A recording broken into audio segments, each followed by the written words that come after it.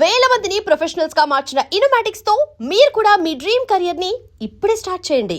ఈ మొత్తం ప్రయాణంలో శ్రీహరి గారు చనిపోయిన తరువాత శాంతి జీవితం ఎలా మారిపోయింది, ఎలా హ్యాండిల్ చేయగలిగింది అంటే ఇంకా ప్రశ్నని వివరంగా అడుగుతాను.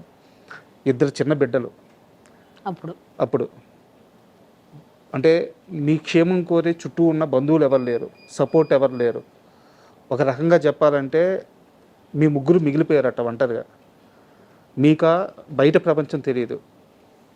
ఆ జీవితాన్ని ఎలా లీడ్ చేయగలిగారు? నేను ఒక 7 years వేరే లోకంకి వెళ్ళిపోయానండి. బయటికి రాలేదు. అర్థమవుతుంది అందరికీ.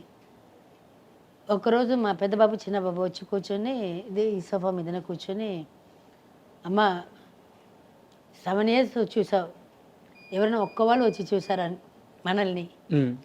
నువ్వు ఇన్నిసార్లు హాస్పిటల్లో ఉన్నావు, ఒక్క వాళ్ళు ఫోన్ చేశారా? సరే నువ్వు అక్కడ హాస్పిటల్లో ఉన్నావు, రాలేదు, ఓకే, కనీసం మాకైనా ఫోన్ చేసి బాబు తిన్నారా, ఏం చేస్తున్నారు, ఒక్క మాట అడగలేదు. నేను అట్లా చూస్తాను, మరి నువ్వు కూడా వెళ్ళిపోతావు ఎట్లమ్మా? ఒక్కసారి నా కంట్లో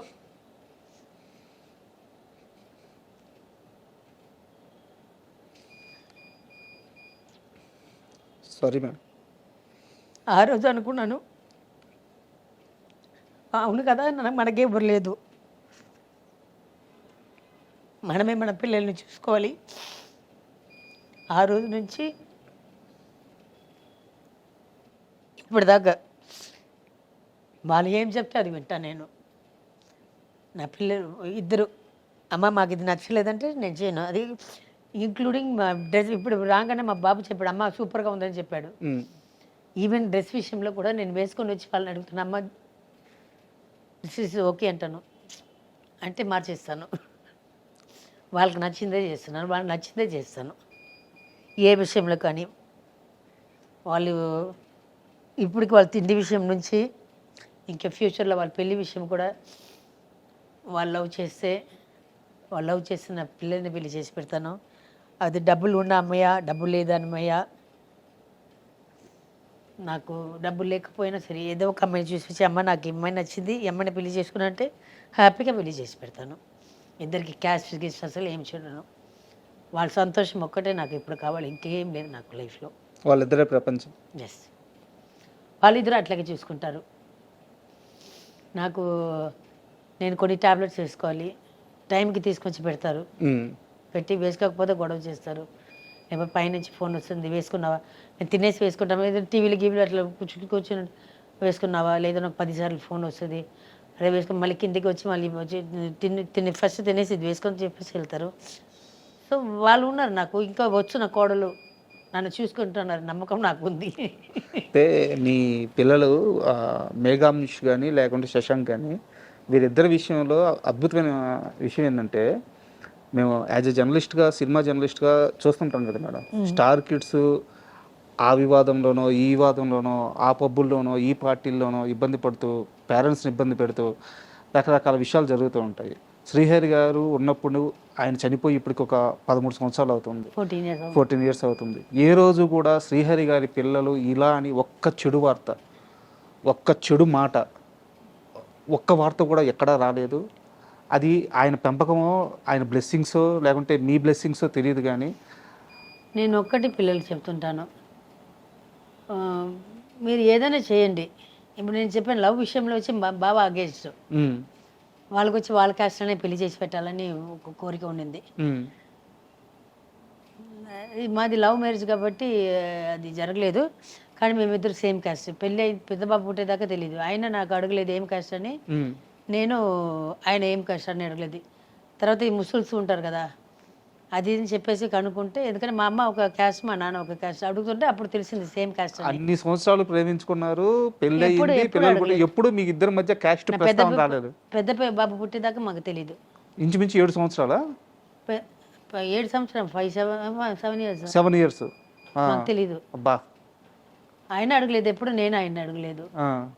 ఆయన మనిషిగా చూసారు, నేను మనిషిగా చూసాను. ఆయన హృదయం నేను చూసాను, నా హృదయం ఆయన చూసారు, అంతే. సో ఇప్పుడు బావ వచ్చి పోయిన తర్వాత బాబాకి ఎక్కడ మీరు చెప్పారు కదా ఎక్కడ చెడ్డ పేరు అనేది లేదు. ఉమ్. నేను ఒకటే చెప్పాను, మీరు ఏదైనా చేయండి, పిల్లలు కొంచెం అటు ఇటు ఉంటారు, అంత నీట్గా ఉంటారని చెప్పలేము మనము. కానీ అప్పాకి ఇప్పుడు దాకా ఇన్ని సంవత్సరాలు ఇండస్ట్రీలో ఉన్నారు, ఎక్కడ ఒక చెడు మాట లేదు. కరెక్ట్. అది ఏదైనా కాల్ షీట్ విషయం కానీ, షూటింగ్ లేటుగా వచ్చారని కానీ, లేకపోతే ఒక అమ్మాయిల విషయం కానీ, ఒక అమ్మాయిలతోటి చెడ్డ చూపు చూసారని కానీ, లేకపోతే ఒక పబ్బులను బార్లను చూసారని కానీ, 1% కూడా లేదు. లేకపోతే ఇంకొక హీరోస్ దీంట్లో, లేకపోతే ఇది పార్టీస్ కానీ ఎక్కడ వెళ్ళలేదు అప్ప, ఎక్కడ ఒక చెడ్డ పేరు లేదు. ఆ పేరు మాత్రం చెడగొట్టవద్దు. ఉమ్. అదే మీకు నాకు ఇస్తున్న మీ అప్పకి ఇస్తున్న పెద్ద గిఫ్ట్. ఇంకే చేయొద్దు, ఏం చేయదు, అది ఒకటే చూసుకోండి అని చెప్తాను. ఉమ్. వాళ్ళు అట్లాగే వాళ్ళ నాన్న బుద్ధిలో వచ్చింది, అందరికీ సేవ చేస్తారు, లేదంటే ఇస్తారు. వాళ్ళ నాన్న 100 రూపాయలు ఇస్తే 500 ఇస్తారు. అవన్నీ ఉంది పిల్లల దగ్గర ఉంది. ఇంకా ఇచ్చే గుణం పోలేదైతే శ్రీహరి కుటుంబం. లేదు, అది అది బ్లడ్లోనే వచ్చేస్తుందండి అది. ఇప్పుడు నేనేం నేర్చుకున్నాను, తలకి మించిన దానం అంటారు తమిళ్లో. మనకి మించి మన దగ్గర ఎక్కువ ఉంటే దానం చేయి. ఫస్ట్ నీ తిండి నువ్వు చూడు, తర్వాత దానం చేయి. అది ఇప్పుడు నేను నేర్చుకున్నాను, వాళ్ళకి ఇంకా అది రాలేదు. వాళ్ళు ఇంకా అది నేను ఒక్కొక్కసారి చెప్తాను చేయండి. ఇప్పుడు రోడ్లో చూస్తున్నా ఎవరైనా తినలేదా, వేయండి, ఒక 100 200 ఇచ్చి తినమని చెప్పండి. లేకపోతే పక్కన ఏదైనా హోటల్ ఉంటే హోటల్ నుంచి కొన్ని పెట్టి తినమని చెప్పండి. అట్లా చేయండి. తర్వాత ఇది పేరు మాత్రం అది చెప్పాను, స్ట్రిక్ట్గా చెప్పాను. ఆ పేరు చెడ్డ పేరు మాత్రం తెచ్చుకుంటే అప్ప ఆత్మ శాంతి అవ్వదు. ఎందుకంటే నాకు ఇప్పుడు దాకా ఇండస్ట్రీలో ఇప్పుడు దాకా ఒక్క చెడ్డ పేరు రాలేదు. నేను యాజ్ డాన్స్ హీరోయిన్స్కే ఇంత గాజిప్స్ రాసేస్తున్నారు. యాజ్ డాన్సర్ ఇప్పుడు దాకా నాకు ఎక్కడా లేదు. నేను తమిళ్లో కానీ కన్నడలో చేశాను, మలయాళం చేశాను, 7 లాంగ్వేజెస్ చేశాను. ఒక్క దగ్గర కూడా నా గురించి ఒక్క గాజిప్ కూడా రాలేదు. ఒకటి మాత్రం ఒక అతను రాశాడు, స్కార్పియన్ ఏమంటారు, స్కార్పియన్ తేలు కొడితే ఎగురుతాం కదా, అట్లా డాన్స్ చేసేది అమ్మాయిని ఒక అతను రాశాడు. అతనికి ఇంటర్వ్యూ ఇవ్వలేదని అది ఒక్కటే వచ్చింది నా గురించి. ఇంకా అస్సలు విమర్శ అది ఒక్కటే వచ్చింది. కానీ మేడం ఎలాగో శ్రీహరి గారి బిడ్డల ప్రస్తావన వచ్చింది, మీ బిడ్డల ప్రస్తావన వచ్చింది కాబట్టి మాట్లాడుతున్నారు. కాబట్టి ఒక ప్రశ్న, మీకు ఇష్టమైతే సమాధానం చెప్పండి, లేదంటే అవాయిడ్ చేసేద్దాము. వాళ్ళిద్దరిని చూస్తుంటే శ్రీహరి గారిని మళ్ళీ చూసినట్టు ఆ ఎత్తు కానీ ఆ బాడీ కానీ, ఆ వారసును చూసుకోవడానికి ఆ ఇంటి నుంచి ఆ బంధువులు వస్తుంటారా లేదండి, ఎవరు రాలేదండి ఇప్పటికీ. ఒక్కసారి వచ్చారు, అది ఎప్పుడో మా లేదో ఒక ఫంక్షన్ జరిగింది, అడవి భోజనంది, అది అయిపోయింది. ఒక 5-6 years అయింది అనుకుంటాను. ఇక్కడెక్కడ ఒక దీంట్లో పెట్టి అడవి భోజనం అని ఇక్కడెక్కడ ఒక హోటల్ ఎక్కడ ఒక దగ్గర పెట్టారు. అప్పుడు మాత్రం సార్ వాళ్ళ అమ్మ వచ్చింది. ఎంత అంటే ఒక 7 years తర్వాత, బాబా పోయిన తర్వాత 7 years తర్వాత ఆ రోజు కనిపించారు నాకు. పాపం వాళ్ళకి ఏదో ఒంట్లో బాగాలేదని విన్నాను, కరెక్ట్గా నాకు తెలీదు. ఫోన్ చేయడానికి కూడా కుదరలేదు అనుకుంటాను పాపం, అది అనుకుంటాను నేను. సో ఆ రోజు వచ్చారు, వచ్చి ఏంద్రా 7 years తర్వాత ఖుషి అయిపోయాను. వచ్చి ఏదో కొంచెం కూరగాయలు పట్టుకొని వచ్చారు. వచ్చి ఏంద్రా సంవత్సరం తర్వాత గుర్తుకొచ్చామని సంతోషపడ్డాను. చూసా నెక్స్ట్ మా ఫంక్షన్కి తీసుకెళ్ళడానికి అది అడగడానికి వచ్చారు. నేను యాక్చువల్లీ అప్పుడే నేను జీవిత ఉన్నారనుకుంటాను. అప్పుడు జీవి నాకు ఫోన్ చేసి చెప్పాను, జీవి నన్ను రాలేదు జీవి, ఇట్లా నేను దీంట్లో లేదు, వస్తే అందరినీ కలవాలి. నేను బాబా పోయిన తర్వాత అసలు సినిమా వాళ్ళని ఎవరు కలవలేదు. వస్తే మళ్ళీ దాని గురించి మాట్లాడతారు, మళ్ళీ ఏడుస్తాను, నేను రాలేదంటే రాబోయే అందరూ వస్తున్నారు, ఎవరు నేను ఉన్నాను కదా, నేను చూసుకుంటానని చెప్పారు. సరే ఈవిడ కోసం ఆ రోజు వెళ్ళాను, ఆ ఫంక్షన్ తనని తీసుకుని వెళ్ళాను. కాదు madam, sorry to interrupt you. Srihari గారికి అన్నలు ఉన్నారు, అంటే వాళ్ళ అన్న ఇక్కడ బ్యాంక్ ఉందండి, వాళ్ళ బ్యాంక్ నా బ్యాంక్ ఒకటే. అక్కడ వచ్చినప్పుడు వాళ్ళు ఏదైనా భోజనంకి వెళ్ళిన టైంలో వచ్చి ఒక చాలా పెద్ద కుటుంబం. అదే చెప్తున్నాను కదా, లేదండి వాళ్ళ పని వాళ్ళకు ఉంటుంది కదా, ఆయనకి ఎంత పని ఉంటుంది, వాళ్ళ తమ్ముడికి ఎంత పని ఉంటుంది. మనం ఇప్పుడు నేను కూడా చూడండి, ఇప్పుడు మీరు అడిగితే ఏదో తెలియక పిచ్చిదని ఎలా అని చెప్పేసాను. ఇప్పుడు చూస్తే పచ్చడి పెట్టాలి అని అయ్యో తెలియకుండా చెప్పేసానని అనుకున్నాను. అట్లే ఏదైనా పని ఉంటుంది. నేను మీకు మాట ఇచ్చాను కాబట్టి ఇక్కడ కూర్చున్నాను, వాళ్ళకి అది లేదు కదా. జీవితాన్ని చాలా లైట్ తీసుకున్నట్టున్నారు. అంతే అండి, లైఫ్ అంతే. వాళ్ళ పని వాళ్ళకు ఉంటుంది. ఇప్పుడు వాళ్ళు వచ్చి చూస్తున్నారంటే నాకు వచ్చేది ఏం లేదు, నథింగ్ ఇస్ గోయింగ్, ఎంజాయ్ చేసేది హ్యాపీనెస్ గివ్నెస్ అసలు ఏం లేదు. వస్తే వాడు వంట చేసి పెట్టాలి, కర్మ నాకు అది అది ఒకటి టైం వేస్ట్ అవుతుంది. సారీ అండి. అంటే ఎప్పుడైనా 7 years తర్వాత వచ్చారంటే ఖుష్ అయ్యాను. ఆ రోజుకి వచ్చారు, మళ్ళీ అప్పటి నుంచి ఇది అయిపోయింది, 6 years అయిపోయింది, 14th year వచ్చింది, ఇప్పుడు దాకా ఎవరు రాలేదు. కనీసం ఫోన్ కూడా లేదండి, not in my single phone. నేను దగ్గర ఇప్పుడు ఒక 3 months కూడా బ్యాక్ కూడా ఏఐజీలో ఉన్నాను, ఏఐజీ హాస్పిటల్లో ఉన్నాను. వాళ్ళ తమ్ముడు పిల్లలు వస్తారు ఇక్కడ, వాళ్ళు చెప్పరా వెళ్ళి ఇట్లా పిన్ని అక్కడ ఉందని, కనీసం ఒక ఫోన్ చేసి అడగలేదు. మా పిల్లలు ఉన్నారు చూసుకుంటారు, పాపం వాళ్ళ పిల్లలకి వంట చేయాలి అది ఇది, వాళ్ళ బిజీలో వాళ్ళు ఉండి ఉంటారు. ఓకే, నీకేం మేడం బంగారు లాంటి కొడుకులు ఇద్దరు ఎక్కువ వచ్చారు. అదే నా పిల్లలు ఉన్నారు నా పక్కన, మీకున్నారు నా పిల్లలు ఉన్నారు, తర్వాత నా అల్లుడు ఉన్నారు అబూబకర్ అని, మెడ్రాస్ నుంచి వచ్చారు, వాళ్ళు ఉన్నారు.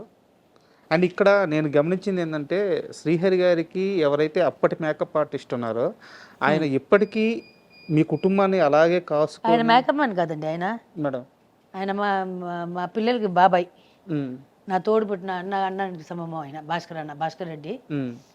బాబా పోయినప్పటి నుంచి 14th year, దానికి ముందు ఒక 30 years పెట్టుకుంది, 42 years నుంచి మా ఇంటికి ఒకటే మనిషి ఆ భాస్కర్ రెడ్డి. మా ఆయన మేకప్ మ్యాన్.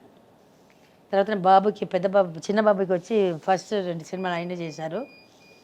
ఇప్పుడు నేను ఒక తమిళ సినిమా ఒకటి చేశాను, తనకి అతనే మేకప్ మ్యాన్. మా ఇంట్లో ఏదైనా అన్న మా ఇంట్లో నీళ్ళు రాదంటే నాకు తెలీదు, వెంటనే భాస్కర్ నాకే ఫోన్ చేశాను, అన్న పైపులో నీళ్ళు ఇది కొంచెం టూ మచ్. నేను భాస్కర్ నాకు ఫోన్ చేస్తే వెంటనే అక్కడి నుంచి పంపిస్తారు, మనిషిని పంపిస్తారు. అంటే ఈచ్ అండ్ ఎవ్రీథింగ్ వచ్చి భాస్కర్ రెడ్డి అన్న చూసుకుంటారు. నేను చెప్తే శ్రీహరి లేని లోటు అది వచ్చి పిల్లలకి నాకు ఒక పెద్ద మనిషిగా ఒక తండ్రి స్థానంలో ఉండి, నాకు తండ్రి స్థానంలో ఉండి, మొత్తం అన్నాను ఒక మాట చెప్తే చాలు ఏదైనా సరే. అక్కడ భాస్కర్ వైఫ్ కూడా అమ్మ మీ ఇంటికే వచ్చారమ్మా అంటుంది, కొంచెం ఒక 5 నిమిషాలు లేట్ అయిందండి, వెంటనే ఫోన్ చేస్తాను. వాళ్ళ వైఫ్ వస్తే అడుగుతాను, ఏంటి అమ్మా ఇంకా రాలేదు అంటే, అమ్మ మీ ఇంటికి బయలుదేరి 5 నిమిషాలు అయిందమ్మా వచ్చేస్తారమ్మా. 40 ఏళ్ళ ఈ ప్రయాణం ఇది రక్త సంబంధం కాదు కానీ అంతకు మించిందిలాగా ఉంది ఇది. ఈ రోజుల్లో ఎక్కడ మేడం అలాంటి మనిషి దొరకడం? అవును, అది ప్రేమ అంటే. ఏమి ఎదురు చూడరు ఆయన. ఇప్పుడు అక్కడి నుంచి వస్తున్నారు, మనం ఇప్పుడు చోటకి ఇప్పుడు పొలంకి వెళ్తున్నారు, ఇక్కడి నుంచి వెళ్ళడానికి పెట్రోల్కో డీజిల్కో అవుతుంది కదా, ఆ డబ్బు కూడా తీసుకోరండి ఆయన, తీసుకోరు.